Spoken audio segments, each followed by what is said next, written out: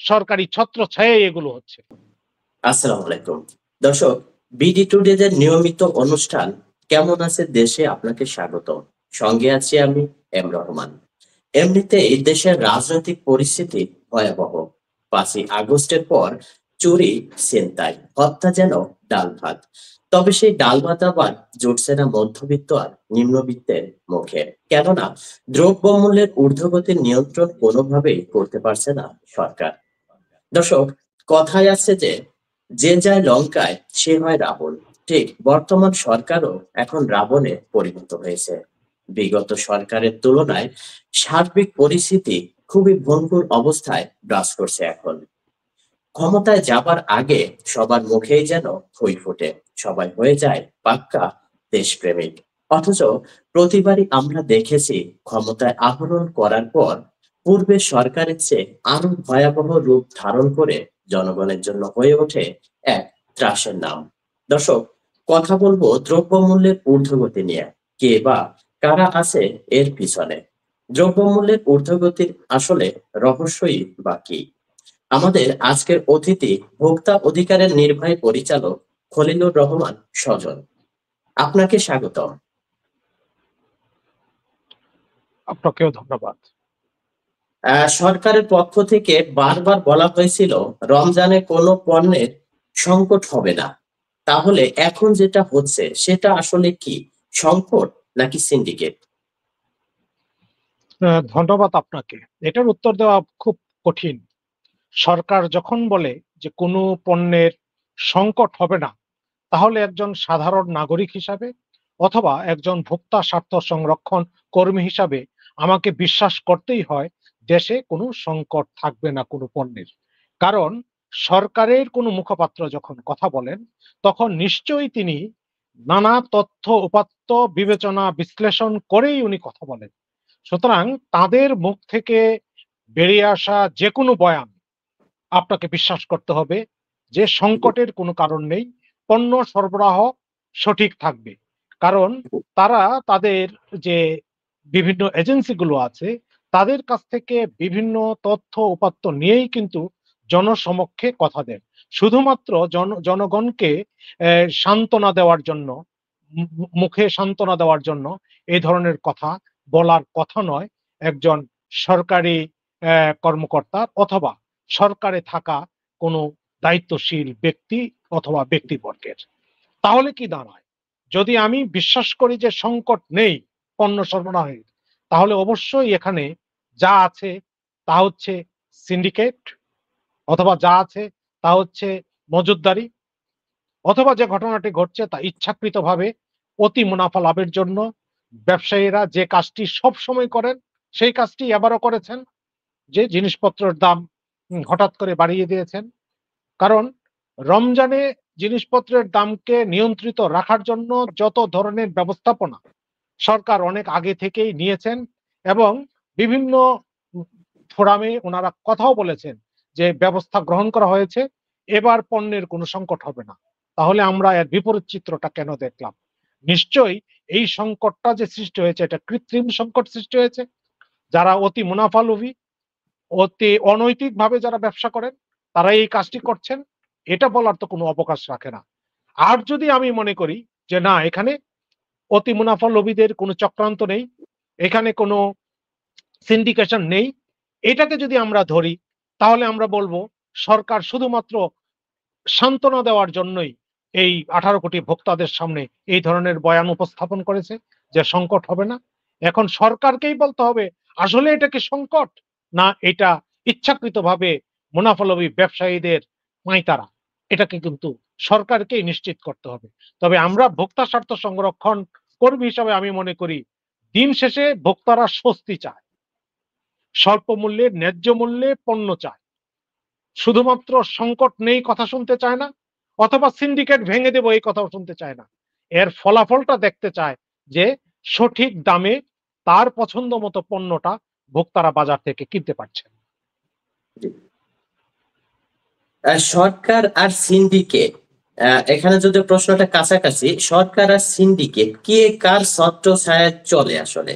এ ব্যাপারে আসলে কি আপনার কাছে কোনো ইনফরমেশন আছে কিনা? দেখুন, সিন্ডিকেশনটা যারা করেন তারা কিন্তু চিহ্নিত, সরকারি মহল থেকে কিন্তু বলা হয়েছে কারা সিন্ডিকেট করে। জি, তাহলে এই সিন্ডিকেশনটা ভাঙতে পারছেন না কেন? জি, প্রশ্নটা যদি আমি এভাবে করি যে এই এক্সাক্টলি। সিন্ডিকেশন ভাঙার জন্য তো সরকারের অনেকগুলো বিভাগ রয়েছে, জি, অনেকগুলো অধিদপ্তর রয়েছে। ভোক্তা জি, স্বার্থ সংরক্ষণ অধিদপ্তর রয়েছে, জি, কম্পিটিশন কমিশন রয়েছে, ট্যারিফ জি, কমিশন আছে। জি, তারাও তো এই যে সিন্ডিকেশন গুলো হচ্ছে, এই সিন্ডিকেশন ভাঙার জন্য তারাও তো অগ্রণী ভূমিকা রাখার কথা। কিন্তু তারা অগ্রণী ভূমিকা রাখতে পারছেন না কেন? নিশ্চয়ই এখানে অন্য কারো ছত্রছায়ায় কোনো ক্ষমতা আছে, যে ক্ষমতার বলয়ের ভিতর থেকে এই সিন্ডিকেশনটা হচ্ছে। তো জি, সুতরাং এখানে কে আলাদাভাবে দেখার কোনো সুযোগ নাই। সরকার যদি ব্যর্থ হয় সিন্ডিকেশনকে ভাঙতে, তাহলে বুঝতে হবে যে সরকার এই সিন্ডিকেশনকে প্যাট্রোনাইজ করেছে। এটা রাজনৈতিক সরকাররাও করেছে। এই যে ইন্টারিম গভর্নমেন্ট, তারাও তো একই রকম আগের সরকারদের মতোই তো ভূমিকা রাখছে। তারাও তো জনসমক্ষে উপস্থাপন করতে পারছে না যে এই বিজনেস কমিউনিটি সিন্ডিকেশন করেছে, মজুতদারি করেছে, অন্যায্যভাবে দাম বাড়িয়েছে, তাদেরকে শাস্তির আওতায় আনা হয়েছে। এটাও তো তারা দেখাতে পারেন নাই। যেহেতু ঘটনাটা ঘটছে, সিন্ডিকেশন হচ্ছে, আর এই সিন্ডিকেশনটা ভাঙতে পারছে না অথবা তাদেরকে শাস্তির আওতায় আনতে পারছে না, তাহলে তো আমরা কি বলবো? বটম লাইনটা কি? বটম লাইনটা হচ্ছে সরকারি ছত্রছায়ায় এগুলো হচ্ছে। জি। অর্থাৎ সরকারের ভিতর থেকেই সিন্ডিকেটটা আসলে পরিচালনা করা হচ্ছে। আ সিন্ডিকেট কি তাহলে সরকারের এখানে আবারও এটা সাংঘর্ষিক একটা প্রশ্ন। সিন্ডিকেট কি তাহলে সরকারের চেয়ে বেশি শক্তিশালী? নাকি সিন্ডিকেট থেকে সরকার দলীয় নেতারা সুবিধা ভোগ করছে বা সুবিধাভোগী? না, এইভাবে এটার আনসার দেওয়া খুব ডিফিকাল্ট। হ্যাঁ? যে জি, জিনিসটা হচ্ছে সেটা হচ্ছে আমাদের যে দীর্ঘ রাজনৈতিক সংস্কৃতি, এই সংস্কৃতিতে দেখা গেছে যে ব্যবসায়ীদের পার্টিসিপেশন সব জায়গায়। সব জায়গায় ব্যবসায়ীদের পার্টিসিপেশন ছিল। যদি আমরা সেই আগের যে পতিত সরকার, আওয়ামী লীগ সরকার সে আমলের কথা ধরি, সেখানে যেরকম ছিল, তার আগের সরকারের আমলেও ওইরকমই ছিল। এখনকার সরকারের আমলে যে খুব যে বেশি আপনি আ দেখতে পাচ্ছেন যে একটা আ সাধারণ নাগরিকদের পার্টিসিপেশন এ এই সরকার চলছে, ওইরকমটি কিন্তু না। জি, এন্ড অফ দ্যা ডে ব্যবসায়ীরাই কিন্তু এগুলো পরিচালনা করছে। আরেকটা কথা আপনি বলেছেন যে ব্যবসায়ীরা কি সরকারের চাইতে শক্তিশালী? আসলে যারা সিন্ডিকেট করে, যারা এই ধরনের অপনিয়ন্ত্রিত ব্যবসাগুলো করে, তারা কিন্তু আঁট-শাঁট বেঁধে এই কাজগুলো করে। জি, ফলে তারা অত্যন্ত শক্তিশালী এবং তারা নানা ছল-চাতুরি ব্যবহার করে এসব কাজ করার জন্য। যেখানে সরকার তার সদিচ্ছা থাকা সত্ত্বেও সে তার টোটাল এনফোর্সমেন্ট টাকে এখানে কাজে লাগাতে পারে না।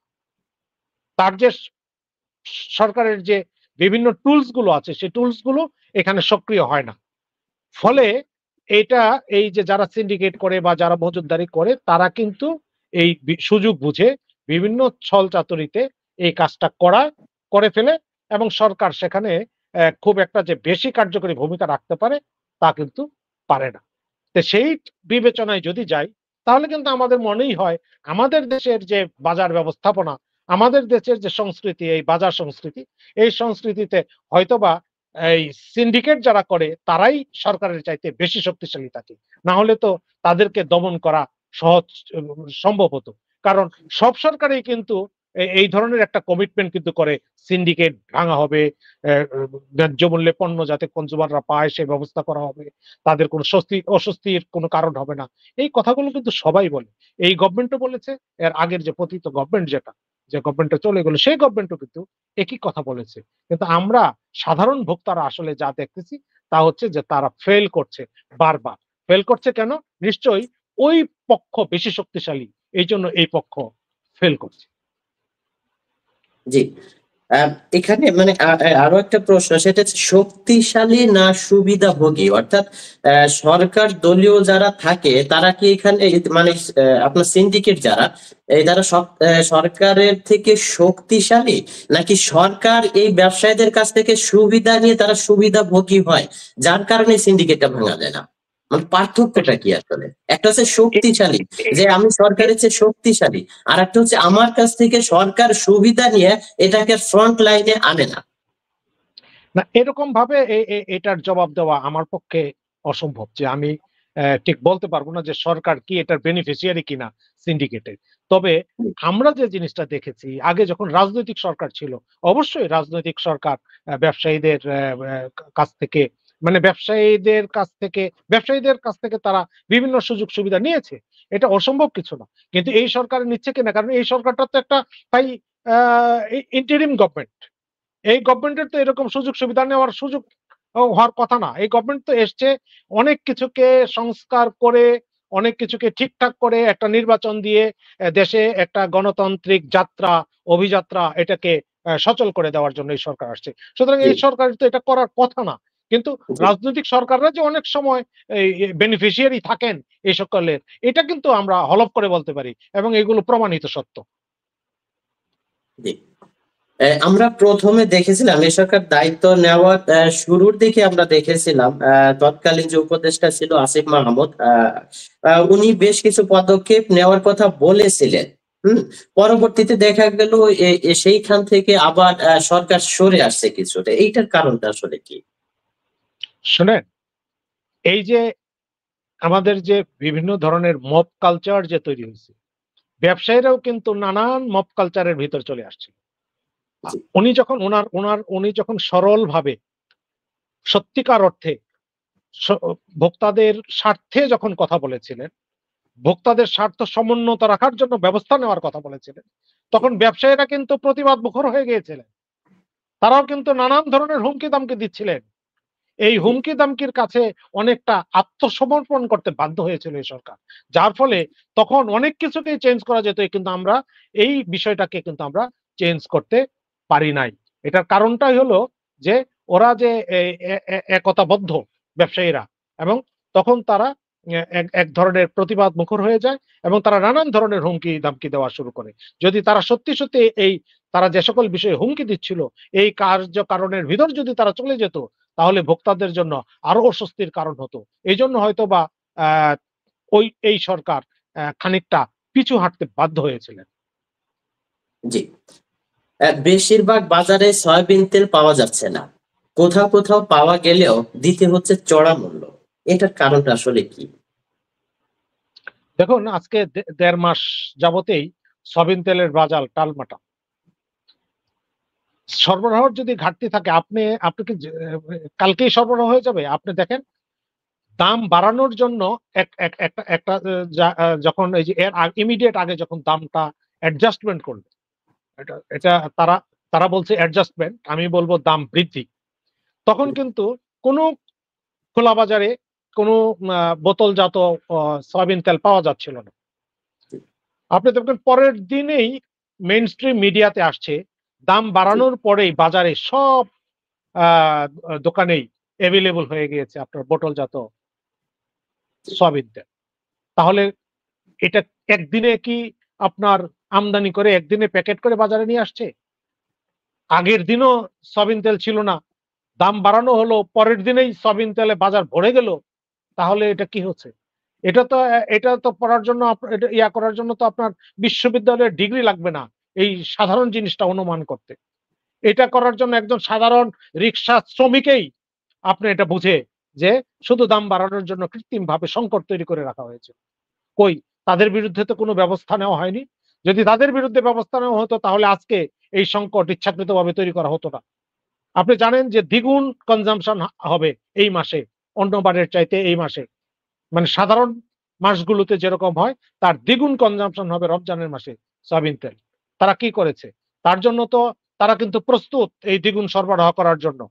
কিন্তু জি, তারা একটা পাঁয়তারা করছে যে কিভাবে দাম বাড়িয়ে কনজ্যুমারের পকেট কাটা যায় সেই ব্যবস্থা নিচ্ছে। এইজন্যই সয়াবিন তেলের আসলে কোনো ঘাটতি নাই। সয়াবিন তেলের যদি ঘাটতি থাকে, যে সরকারের নীতি নির্ধারক মহল থেকে এই কথাটা জনসমক্ষে আসা উচিত ছিল যে ভোক্তারা আপনারা একটু সাবধান হন, আপনারা একটু সংযমী হন ব্যবসা ব্যবহারের ক্ষেত্রে। কারণ বাজারে একটু সংকট আছে, সরবরাহ ঘাটতি আছে। তাহলে কিন্তু কনজ্যুমাররা কি করবে? কনজ্যুমাররা কিন্তু অ্যাডজাস্টমেন্ট করবে তার কনজাম্পশন প্যাটার্ন এর মাঝে। তার ভোগ প্রক্রিয়ায় পরিবর্তন আনবে।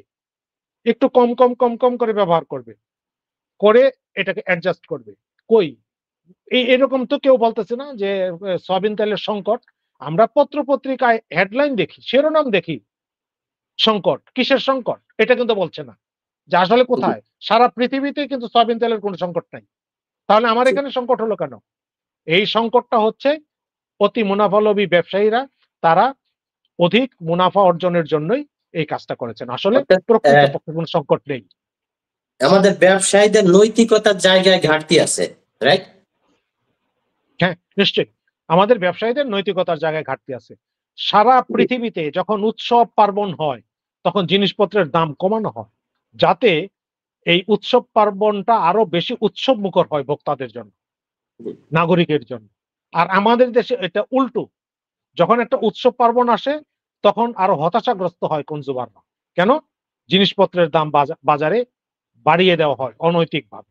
সুতরাং এই যে জায়গাটা, ব্যবসায়ে ব্যবসায়ীদের যে এই যে একটা অনৈতিক অবস্থান, অতি মুনাফা লাভের জন্য যে তারা নানান ধরনের ছল-ছতু ব্যবহার করে, এতে কি মনে হয়? এতে মনে হয় যে ব্যবসায়ীদের নৈতিকতার অনেক ঘাটতি আছে। আমি সব ব্যবসায়ীদেরকে বলছি না। কিছু, কিছু ব্যবসায়ীদের নৈতিকতায় ঘাটতি আছে, যার জন্যে আজকে আমাদের এই দুর্দশা। জি। সাধারণ মানুষের আমিষের অন্যতম অনুষঙ্গ মুরগির দাম, সেটাও বেড়েছে। এইখানে সমস্যাটা কি? এটাও কি তেলের মতো মানে একই প্রসিডিউর কিনা? দেখুন, মাছ, মাংস, ডিম, দুধ, এই জি, ৪ টা জিনিসের দামেই হঠাৎ করে এই গত ৩ দিন ৪ দিনের ভেতর বেড়ে গেছে। জি, এটা কেন বাড়ছে?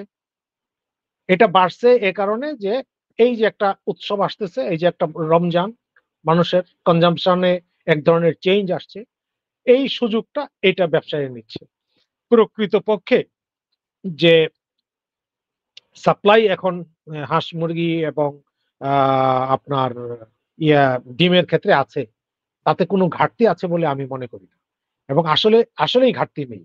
তারপরেও সবাই যখন বাড়ায় কোনো জি, বিচার হয় না। সবাই যখন বাড়ায় জবাবদিহিতার আওতায় আসতে হয় না। তাহলে ভাই আমি খামারি, আমি মুরগির দাম বাড়ালে সমস্যাটা কি? আমি আপনার ওই হাঁসের ডিমের দাম, মুরগির ডিমের দাম ৳৫ ডজনে বাড়ালে কি অসুবিধা হয়? কিচ্ছু অসুবিধা হয় না। কারণ আমি দেখতেছি সয়াবিন তেলের দাম বাড়ালে হয় না, আটার দাম বাড়ালে হয় না, ময়দার দাম জি, বাড়ালে হয় না। কেউ জি, কাউকে জবাবদিহিতার আওতায় আনা হয় না। তাহলে ভাই আমাকেও তো জবাবদিহিতার আওতায় আনা হবে না। তাহলে আমি বাড়াতে অসুবিধাটা কি? তাহলে আমি ২ টা পয়সা ইনকাম করি না, সুযোগ তো আসছে। জাস্ট এই জায়গাটাকেই তারা, এই বিষয়টাকেই তারা গুরুত্ব দিয়ে এই কাজটা করছে। আসলে দাম বাড়ার মতো কোনো ঘটনা আমাদের এখানে ঘটে নাই। এমন কিছু হয় নাই, বন্যা হয় নাই, এমন কিছু হয় নাই, অতিবৃষ্টি হয় নাই, এমন কিছু হয় নাই যে পোল্ট্রি ফার্মে একটা বড় ধরনের রোগবালাই হয়েছে, যার ফলে পোল্ট্রি খামারিরা ক্ষতিগ্রস্ত হয়েছে। এমন কোনো ঘটনা এই নিকট অতীতে আমাদের দেশে হয় নাই। ফলে এই জিনিসপত্রের দামটা যে বেড়েছে, এটা সম্পূর্ণভাবে অনৈতিকভাবে, ইচ্ছাকৃতভাবে ব্যবসায়ীরা বাড়িয়েছে। মাছ, মাংস, ডিম, এটা ব্যাপারটা ধরেন যে গেল। কিন্তু সবজিতেও আমরা একই অবস্থা দেখতেছি। অর্থাৎ আপনার আহ, শেষ ১ সপ্তাহে সবজির দামও প্রায় আকাশচুম্বী। যেমন আপনার শসা, বেগুন, এই টাইপের যে সবজিগুলো আছে, এখানে সমস্যাটা কি? এখানে তো তেল বা এটা রিলেটেড কোনো কিছু না। দেখুন, সবজির ব্যাপারটা হলো যে দেখ, সবজিটা তো দিনের সবজি দিন আসে, মানে আজকে যা আপনি কি বলে হারভেস্ট করলেন, এটাই কালকে বাজারে আসবে বা পরশুদিন বাজারে আসবে। তো এখানে একটু সাপ্লাই যতটুক হয়, তার চেয়ে কনজাম্পশনটা একটু বেড়ে যাবে। আজকে হয়তোবা বেশি মানুষ একটু বেগুন কিনবে বেগুনি খাওয়ার জন্য। হয়তোবা সালাদ খাওয়ার জন্য একটু শসা বেশি কিনবে। সেই ক্ষেত্রে এটার একটা ইমপ্যাক্ট পড়বে। তবে দ্বিগুণ ইমপ্যাক্ট পড়বে না। এটা আমি আপনাকে বলতে পারি। বাজারে হয়তোবা ৳৫০ র জিনিসটা হয়তোবা ৳৫৫ হবে। অথবা আপনার ৳৪০ র জিনিসটা ৳৪৫ হবে বা ৳৪৮ হবে। কিন্তু ৳৪০ র জিনিস ৳৮০ হবে, ৳৪০ র জিনিস ৳১০০ হবে। এইরকম ঘটনা কিন্তু ঘটে নাই। সুতরাং এই যে জায়গাটায় আমরা তো ভোক্তারা আমরা জানি যে সাপ্লাই এর সাথে এই ডিমান্ড এর যদি খুব কম একটা পার্থক্য হয়, তাহলে দামেরও একটা কম পার্থক্য হবে। কিন্তু এখানে দেখা যাচ্ছে যে দামের একটা ডাবল পার্থক্য হয়ে গেছে। তার মানে কি? আমাদের একদিনে কি এই বেগুনের উৎপাদন কমে গিয়েছে? একদিন কি আপনার এই শসার উৎপাদন কমে গিয়েছে? ওরকমটি না। বা সরবরাহ কমে গিয়েছে? এরকমটি না। এই ক্ষেত্রেও যেটা করা হচ্ছে ইচ্ছাকৃতভাবে জিনিসপত্রের দাম বেশি হাঁকা হচ্ছে এবং ভোক্তারা তো নিবেই। কারণ ভোক্তাদের বেগুনি খাওয়ার প্রয়োজন আছে, ভোক্তাদের সালাদ খাওয়ার প্রয়োজন আছে। সুতরাং তারা তো নিবেই। এইজন্য তারা দাম বাড়িয়ে দিয়েছে। এবং এটা তারা কিন্তু এই যে পাইকারি বাজারগুলো আছে যে এই পাইকারি বাজার থেকেই জিনিসপত্রের দামটা বেড়ে যাচ্ছে। আপনি খবর নিয়ে দেখেন এবং আমি নিজেও খবর নিয়ে দেখেছি যে গ্রামে অর্থাৎ কৃষকের এন্ডে জিনিসপত্রের দাম খুব একটা বাড়েনি। খুব একটা বাড়েনি। জি। হয়তোবা ৳১ ৳২ সরকার কেজিতে থেকে বেড়েছে। কি কিন্তু জি, ঢাকায় এসে জিনিসপত্রের দাম ডাবল হয়ে গিয়েছে। তার মানে এখানে যারা মধ্যস্বত্বভোগী এবং পাইকারি বিক্রেতা আছেন, তারাই কিন্তু এই মুনাফাটা করছেন। আসলে আমার কৃষক ভাইরা যারা হিরো, যারা প্রোডিউসার মানে যারা প্রোডিউসার, যাদেরকে আমরা জি, সেলিউট জানাই। এত প্রতিকূলতার জি, ভিতরেও তারা উৎপাদনকে আপনার চলমান রেখেছে। নিরবচ্ছিন্ন উৎপাদন করে যাচ্ছে। তারা কিন্তু মুনাফা পাচ্ছে না। মুনাফাটা করছে মধ্যস্বত্বভোগী এবং পাইকাররা। এই জায়গাটাই হলো আমাদের বড় কষ্টের জায়গা। জি। অর্থাৎ আপনার সরকার থেকে যে দামটা নির্ধারণ করে দেওয়া হচ্ছে তারপরেও ব্যবসায়ীরা অতি মুনাফার জন্য এটাকে দাম বৃদ্ধি করছে। এই জায়গাটা কাজ করা তো আপনাদের দায়িত্ব বোধহয়। ঠিক এই না জায়গাটা দেখুন, আপনারা কি করতেছেন? দেখুন এখানে যে জিনিসটা করে এটা করে গভর্নমেন্টের যে সংগঠন আছে জি, ভোক্তা স্বার্থ সংরক্ষণ অধিদপ্তর তারা এটা করেন। আর আমরা জি, জি, ভোক্তা স্বার্থ সংরক্ষণে একটা বেসরকারি প্রতিষ্ঠান আমরা জি। ভোক্তাদেরকে সচেতন করি অথবা আমরা আচ্ছা, আচ্ছা। গভর্নমেন্টকে বিভিন্ন সময় নানা ধরনের পরামর্শ দিয়ে থাকি যে এটা এই হচ্ছে বা কি হচ্ছে ঘটনাটা। এটা আমরা জনসমক্ষে জানাই জি, বা আপনারা যারা মিডিয়াতে আছেন জি, তাদের সাথে আমরা কথা জি, বলে আমাদের যে কনসার্নটা এই কনসার্নটা আপনাদের মাধ্যমে গভর্নমেন্টের কাছে পৌঁছাই। তাই না? সুতরাং আমাদের জি, যেটা করা হয় আমরা কনজিউমারদেরকে সচেতন করি। কিভাবে কনজিউমারদেরকে সচেতন করি? আমরা কিন্তু এই রমজানেও আমরা কিন্তু আমাদের একটা ইয়া ছিল যে আপনারা অধিক পারচেজ করে ফেলবেন না একবারে। ধীরে, ধীরে পারচেজ করবেন। অধিক পারচেজ করলে বাজারে অ্যা সরবরাহ ঘাটতি ঘটতে পারে। একটা চাপ পড়বে। সুতরাং এই ক্ষেত্রে তারা জি, একটা বেশি সুবিধা নেবে ব্যবসায়ীরা।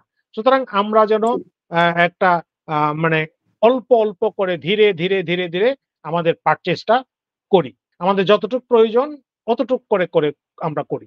তাহলে হবে কি বাজারে সরবরাহ ঘাটতিটা ওরকমভাবে প্রভাব ফেলবে না। এই জায়গাটাই কিন্তু আমরা ভোক্তাদেরকে সচেতন করে আসছি। এবং আমরা ভোক্তাদেরকে তাও সচেতন করে আসছি যে আপনারা আপনাদের কনজাম্পশন প্যাটার্ন এ একটু পরিবর্তন আনেন। যে কথাগুলো আমরা সবসময় বলি একটু অন্যরকম শোনা যায় কথাগুলো। কিন্তু এটা বাস্তবতা। যদি বেগুনের দাম বেড়ে যায় তাহলে বেগুনকে আমরা স্কিপ করে ২ দিন চলি। দেখি কি হয়। আমরা আমাদের ভোগ প্রক্রিয়া অন্য আরেকটা জিনিসকে আরেকটা অল্টারনেটিভস আমরা এখানে দাঁড় করাই। কারণ তাদের সাথে আমাদের তো আর যুদ্ধ করা যাবে না। তাদের সাথে আমাদের জি, যুদ্ধটা করতে হবে এইভাবে যে, ঠিক আছে তুমি বেগুনের দাম বাবা বাড়িয়ে দিয়েছ, আমি বেগুন কিনলাম না। থাকুক তোমার বেগুন তোমার কাছে। আমি জি, বেগুনের পরিবর্তে অন্য আরেকটা জিনিস দিয়ে ইফতারটা করি। দেখি কি হয়। তুমি ছোলার দাম বাড়িয়ে দিয়েছ, আমি ছোলাটা একটু ব্যাপারটা কমায় ফেলি। আমি আরেকটা অল্টারনেটিভস দিয়া আমার প্ল্যাটারটাকে আমি ভরি। জি, ভোক্তারা যদি এইভাবে নিজেদের ভিতর কিছু যদি পরিবর্তন আনে, তাদের বিহেভিয়ার এ, প্যাটার্ন এ বা তাদের কনজাম্পশন বিহেভিয়ার এ, তাহলে এইগুলোর মোকাবেলা করা সম্ভব হবে। কারণ তাদের সাথে তো আমরা যুদ্ধ করে পারব না। আমাদেরকে এভাবেই তাদের সাথে আমাদের এটাকে অ্যাডজাস্ট করে চলতে হবে। আর সরকারের প্রতি বিশেষ আ আ নিবেদন থাকবে যে সংকট যদি না থাকে তাহলে আপনাকে প্রুভ করতে হবে যে সংকট নাই। যে ঘটনাটা ঘটিয়েছে সিন্ডিকেশন এর মাধ্যমে ঘটিয়েছে এবং এই সিন্ডিকেশনটা ভাঙার জন্য যত ধরনের মানে ব্যবস্থা নিতে হবে, এই জি, ব্যবস্থা সরকারকে নিতে হবে যা এটা একটা দৃষ্টিগোচরে আসে জনগণের। জনগণ যেন কনফিডেন্স পায়। যেন যে আসলেই সরকার আমাদের জন্য কিছু করছেন। সর্বশেষ যে কথাটা আসলে তো ভোক্তারা আ নিষ্পেষিত হচ্ছে। দীর্ঘদিন যাবৎ। এটা শুধুমাত্র গত ১ মাস, ২ মাস, ৩ মাসের ঘটনা না। কয়েক বছর যাবৎ আমরা লক্ষ্য জি, করছি যে ভোক্তারা নানাভাবে প্রতারিত হচ্ছেন, প্রবঞ্চিত হচ্ছেন। এই প্রতারিত হওয়া এবং প্রবঞ্চিত হওয়ার আ থেকে যদি ভোক্তাদেরকে সুরক্ষা দিতে হয়, তাহলে আমরা যারা যে যে দায়িত্বে আছি সেই জি, দায়িত্বটা আমাদেরকে পালন করতে হবে। আমি যদি সরকারি জি, পর্যায়কে বাইরে রেখেও আমি যদি বেসরকারি পর্যায়টাকেও যদি একটু বিবেচনায় নেই, তাহলেও এখানে কিন্তু অনেক কাজ করার আছে। আমাদের যে ট্রেড অর্গানাইজেশন গুলো আছে, জি, এফবিসিসিআই আছে, ডিসিসিআই আছে, নানা ধরনের ব্যবসায়িক সমিতি আছে। এই সমিতিগুলোর কিন্তু এখানে একটা দারুণ রোল প্লে করার আছে। এই সমিতিগুলো কিন্তু তাদের যে মেম্বার্স আছে তাদেরকে কিন্তু তারা এইভাবে মোটিভেট করতে পারে যে আমরা ব্যবসার ভিতরে একটা নীতি নৈতিকতাকে বেশি গুরুত্ব দিতে চাই। কারণ ২ জি, জন, ৪ জন, ৫ জন ব্যবসায়ীর জন্য সমস্ত ব্যবসায়ী সম্প্রদায়কে আপনি আজকে অনৈতিক ব্যবসায়িক চর্চা করছেন আমরা বলছি। এটাও তো বলা ঠিক না। তাই না? জি, জি, সুতরাং জি, হয়তোবা একটা ব্যবসায়িক ফোরামে হয়তোবা ৫ জন ৫০০ মেম্বারের মাঝে হয়তোবা ১০ জন মেম্বার এই অনৈতিক কাজের সাথে লিপ্ত। তাহলে কি এই ১০ জনের জন্য এই ৫০০ মেম্বার কিন্তু আ মানে উম যে কথাগুলো শুনছে তাদেরকে আমরা যেভাবে দেখছি এটাও কিন্তু জি, ঠিক না। সুতরাং তাদেরকে কিন্তু আপনার ওই মোটিভেট করতে হবে। যারা এই কাজটা জি, করছেন তাদেরকে কি করা যায়? এটা কিভাবে একটা আ ভোক্তাদের প্রো কনজিউমার ভোক্তা বান্ধব একটা বাজার ব্যবস্থা তৈরি করা যায়। এটা কিন্তু ব্যবসায়ীদের জি, পক্ষ থেকেও করতে হবে। আমরা যারা ভোক্তা স্বার্থ সংরক্ষণ নিয়ে কাজ করি, আমাদেরও কিন্তু বেশি, বেশি ভোক্তাদেরকে জানাতে হবে, তাদেরকে সচেতন করতে হবে যে এই ধরনের পরিস্থিতিতে কিভাবে একজন ভোক্তা তার ভোগ আচরণে পরিবর্তন এনে তার জীবনকে আরেকটু আ স্বস্তিদায়ক করবেন। একটু আ স্বা আ স্বাচ্ছন্দ্যময় করবেন। সেই বিষয়টিও কিন্তু আমাদেরকেও বেশি, বেশি করে ভোক্তাদেরকে সচেতন করতে হবে। সচেতনতাটাই বড় একটা ভূমিকা এখানে রাখবে। জি, আর সরকারি যে ব্যবস্থাপনা আছে, অনেকগুলো সংগঠন এখানে কাজ করে। আমি আমার ওই আলোচনার ১ম দিকেই বলেছিলাম, ভোক্তা জি, স্বার্থ সংরক্ষণ অধিদপ্তর আছে, কম্পিটিশন কমিশন আছে, আমাদের টেরিফ কমিশন আছে, আমাদের আ আ নিরাপদ খাদ্য অধিদপ্তর আছে, আমাদের আপনার নিরাপদ খাদ্য কর্তৃপক্ষ আছে, আমাদের কৃষি বিপণন অধিদপ্তর আছে। এই যে জি, বিভিন্ন সরকারি সংস্থাগুলো আছে, তাদের একটা কোঅর্ডিনেটেড এফোর্ট যদি বাজারে দেওয়া হয়, বাজারকে একটা স্বস্তির ভিতরে আনার জন্য এবং আইন প্রয়োগকারী সংস্থাগুলোও যদি কাজ করে, অনেকগুলো আইনও আছে সেই আইনগুলো নিয়ে জি, তাহলে আমার বিশ্বাস আমরা অ্যা এ এ এই যে অন নৈরাজ্য একটা নৈরাজ্যকর পরিস্থিতি, এই পরিস্থিতি থেকে আমরা আ মুক্তি পাবো। ভোক্তাদের অধিকার সুরক্ষিত থাকবে। জি। ধন্যবাদ আপনাকে। দর্শক এতক্ষণ সাথে থাকার জন্য ধন্যবাদ। দেখা হবে আগামীকাল একই সময় অন্য কোনো বিষয় নিয়ে অন্য কোনো অতিথির সাথে। ভালো থাকুন, সুস্থ থাকুন। বিডি টুডেজ এর সাথেই থাকুন।